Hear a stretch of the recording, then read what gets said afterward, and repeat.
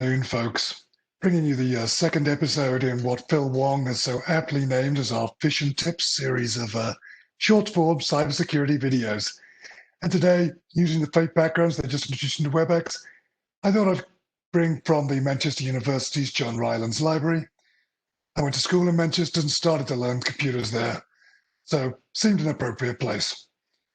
Today, we're going to talk a little bit about another pretty impactful, pretty expensive attack. In fact, it is probably the most expensive attack that we see in cybersecurity in general, even though it's not technically an electronic attack. What we're going to talk about here is business email compromise, CEO fraud, whaling. It goes by a lot of names, but really what it is convincing somebody that you should send them money, or rather that you should send your money somewhere without it being to the correct destination. So we see a lot of different variants on this, whether that be the fake invoice coming in, the email from a boss. There's a possibly apocryphal story about the Facebook scam of realizing the boss was in an airplane, he was traveling, and spoofing a email to the CFO saying something urgent had to happen that only was stopped because the plane was delayed. And other various fake demands and fake encouragement to make email.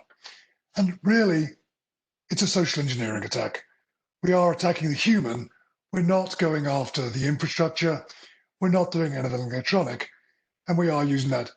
But we may well be using electronic techniques to get in there, whether that be using a piece of malware delivered via whatever mechanism to compromise a genuine email account and get into the account that way. So it really is a true account mail from a true individual, or using passwords that have been reused and are available on sites like Have I Been Pwned and in those databases for use, or simple email spoofing using an email domain that's close to a corporate domain or close to a partner domain, to be honest, because those invoice domains may not necessarily come from internal.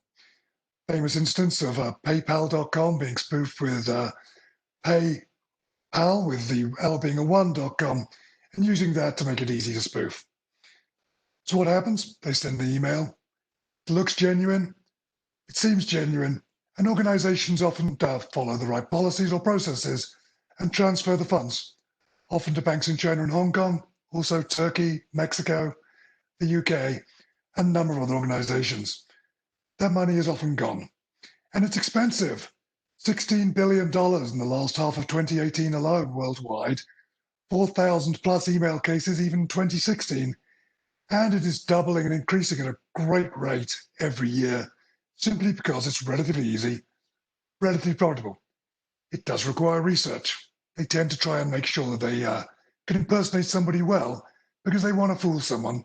So it's not a simple attack. This is a targeted attack going in after an organization to make money, using the electronics as a vehicle to get in there, using the email as the way to get in. We've talked a little bit on the cybersecurity news side recently of phishing as an alternative to this. And by the way, this has multiplied during the pandemic because you can't walk down the corridor to the CFO's office and say, hey, did you really send this? You can't follow up. So we did expect to see it, and we really did see an increase. There are some things you can do to protect it. Once again, it's a people problem. It's attacking the weakest link. It's attacking the human and going around the machine controls. But there are some things that we can put in place to make that easier. First, we can train people. Train people not to click, train people not to expect, train people that it shouldn't happen. And we can use processes to say that we will never use electronic means to initiate these communications. Of course, that means you've got to stick to them, because as soon as they're violated once, they can be violated forever.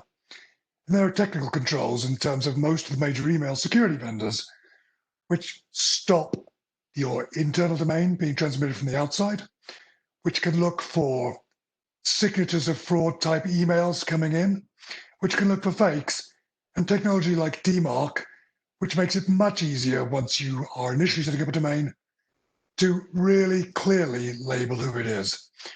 We can help our customers in a lot of these areas, and it is expensive, and it's impacting an enormous number of companies. So it's a great avenue to have another conversation, to start to talk to people about if they're seeing it, and something to be aware of as a threat in the space. Thanks, everybody. Hope you enjoyed this one. We'll move on to some other topics and maybe to some technology topics rather than some attacks in the future. Take care, everyone. Goodbye.